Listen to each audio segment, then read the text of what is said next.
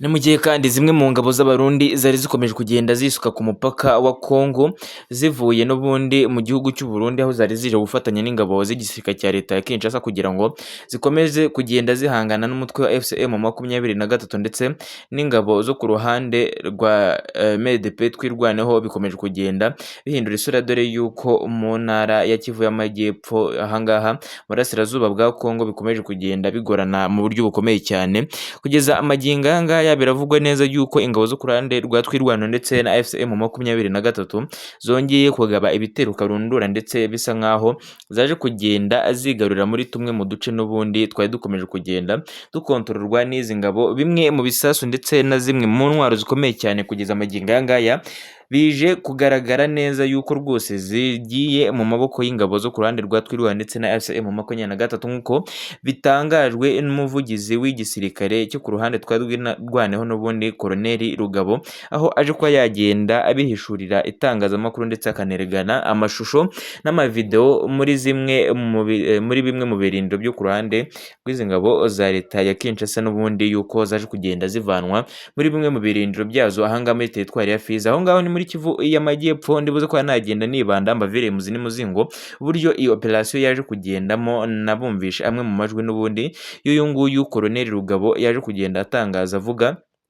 yuko bimwe mu birindiro n'ubundi byaje kugenda bivanwamo izi ngabo zo ku ruhande rwa leta Kinshasa ndetse n'izi ngabo zo ku ruhande rw'Abarundi FDNB. Kugeza amagingo aya ngaya ndibuza kugenda kandi ngaruka ku bitero karundura byongeye kumvikana ahangaha mu Minembwe, aho drone mu bwoko bwa Sukhoi -25 yaje kugenda yibasira hamwe mu duce n'ubundi two muri Minembwe centre, aho yaje kugenda ihitana bamwe mu baturage basaga babiri, aho yarashe imodoka eshatu zo mu bwoko bwa Toyota Hilux zari ziparitse n'ubundi, aho byavugwaga neza yuko zari zitagetinze umuyobozi mukuru w'uyu mutwe wa MDP twirwaneho. Bivugwa neza yuko rwose ari kuri ubu butaka bwo muri Kivu y'Amajyepfo muri iyi santere ya Minembwe. Kugeza amagingo aya nibuze kandi kugaruka ku yandi makuru akomeje kugenda avugwa muri Kivu y'Amajyaruguru, dore yuko mu nce za Rubaya kugeza amagingo aya ngaya bikomeje kugenda bihindura isura mu buryo bukomeye cyane. Ibintu bikomeje kugenda bigaragara nkaho rwose urugamba rukomeje kugenda rugamba rukomeje kugenda ruhindura isura mu buryo butoroshye. Kugeza amagingo aya ngaya ingabo zo ku ruhande rwa FCM23 zongeye kuraswaho ibiturika bikomeye cyane, zongeye kuraswaho amasasu atari make ndetse n'amabombe ku buryo buremereye. Ndibuze kandi kuva muri izi nce nerekeze ahandi hongeye harimo haragenda hatutumba urugamba ndetse n'umwuka utari mwiza w'urugamba. Bivugwa neza yuko rwose abaturage bakomeje kugenda bagabwaho ibitero ndetse banabona zimwe mu ngabo z'inyeshyamba zo ku ruhande rwa FDLR zirimo ziragenda zikora imirongo miremire zerekeza aho bise mu mujyi wa Goma. Kugeza amagingo aya ngaya ayo namwe mu mpfunyapfunya ndigiye kuba nagenda bavira muzingo njye kugenda ndambura mu buryo bw'amakuru yacu tugiye kugenda tugarukaho muri aya masaha.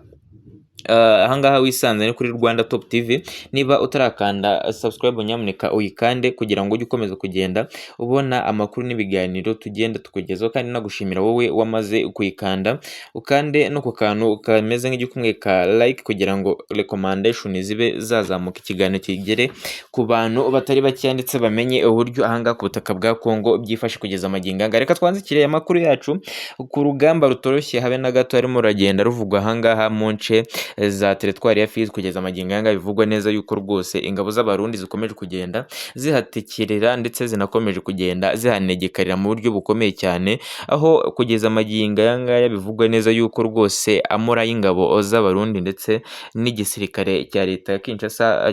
muri rusange haje kugenda hafatwa muri zimwe mu ntwaro zabo zikomeye cyane. Ibintu byongeye kuba byagenda bihindura isura mu buryo butoroshye, ndetse na bamwe mu basirikare babo bakaba baje kugenda bafatwa amateka n'abasirikare basaga 25 bafatiwe n'ubundi mu rugamba rutoroshye habe na gatoya rwari rwatatse ahangaha muri izi zone muri ububiko bw'intwaro zabo buherereye muri teritwari ya Fizi, nyuma y'uko bagabweho igitero n'izi ngabo za FCM23 ndetse kwirwanaho kwabo bikaza kugenda bibagora nyuma y'uko rwose basa nk'aho batatswe basinziriye mu masaha y'umugoroba, bikaza kurangira 25 bose bafatiwe muri iyi mirwano ndetse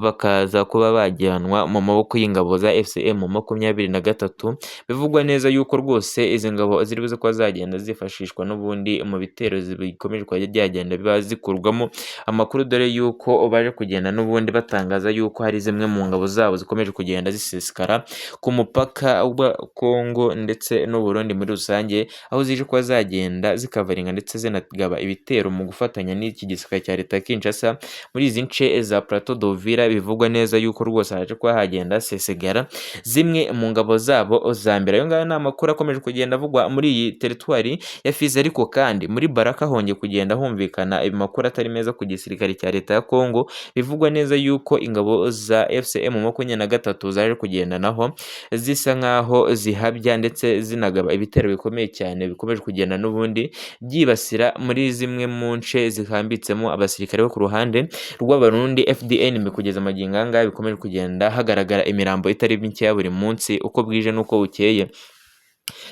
Iyi mirambo ikomeje kugenda igaragara nyuma y'uko bamwe mu bayobozi bo ku ruhande rwa Twirwaneho ndetse na bamwe mu bayobozi ba FCM23 bakomeje kugenda babwira ndetse banaburira izi ngabo z'Abarundi yuko zakuvana akarenge kazo ku rugamba cyangwa se zigafatanya n'ingabo za Twirwaneho 23 mu rugamba bakomeje kugenda bahanganamo n'iki gisirikare cya coalition n'ubundi muri rusange kirwana ku ruhande rwa leta ya Kinshasa, ariko bakaza kugenda abavunira ibiti mu matwi mu buryo bukomeye cyane. Niyo mpamvu hakomeje kugenda hagaragara ibitero bitari bike bigenda bibibasira, dore yuko nabo bakomeje kugenda bashaka uburyo ki bagenda baca mu rihumye cyangwa se baca mu rwaho izi ngabo zo ku ruhande rwa FCM23 bakagenda bigarurira tumwe mu duce bagiye bafata, dore yuko muri zimwe muri mission cyangwa se muri bimwe bagiye batumwa ahangaha ku rugamba ari ukugenda n'ubundi bigarurira muri tumwe mu duce twagiye tukabwa n'izi ngabo zo ku ruhande rwa FCM23 n'ubundi muri rusange. Byumva rero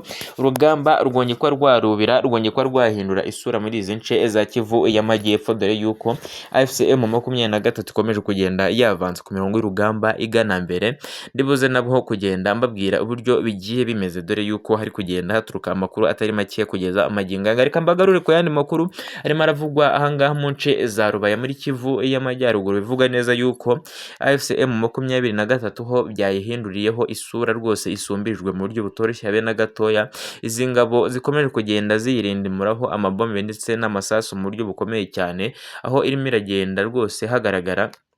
biturika bitoroshye birimo biragenda biyibasira mu buryo buteye ubwoba, bigamije n'ubundi kugenda bibakura ahangaha mu nce za Rubaya, dore yuko hari hamwe mu duce hakomeje kugenda hashyirwa mu majwi yuko hashakwa ndetse hanagambiriwe kugenda hafatwa n'izi ngabo zo ku ruhande rwa leta ya Kinshasa. Kugeza amagingo aya ngaya haje kugenda hagaragara bimwe mu biturika byaje kugenda byibasira amatente ndetse n'ibirindiro by'ingabo z'umutwe wa FCM23. Aya namwe mu makuru nibuze kugenda nkurambura n'ubundi mu biganiro byacu tubuze kugenda duhoramo mu biganiro byacu bibiri bitaha. Nyamuneka ndagushimiye niba twabanye mu aya makuru yacu kuva atangiye kugeza asoje. Njye wumvaga kuri izi mikoro niho zitubane mu biganiro byacu bitaha. Amakuru yacu nakagaruka. Ciao ciao.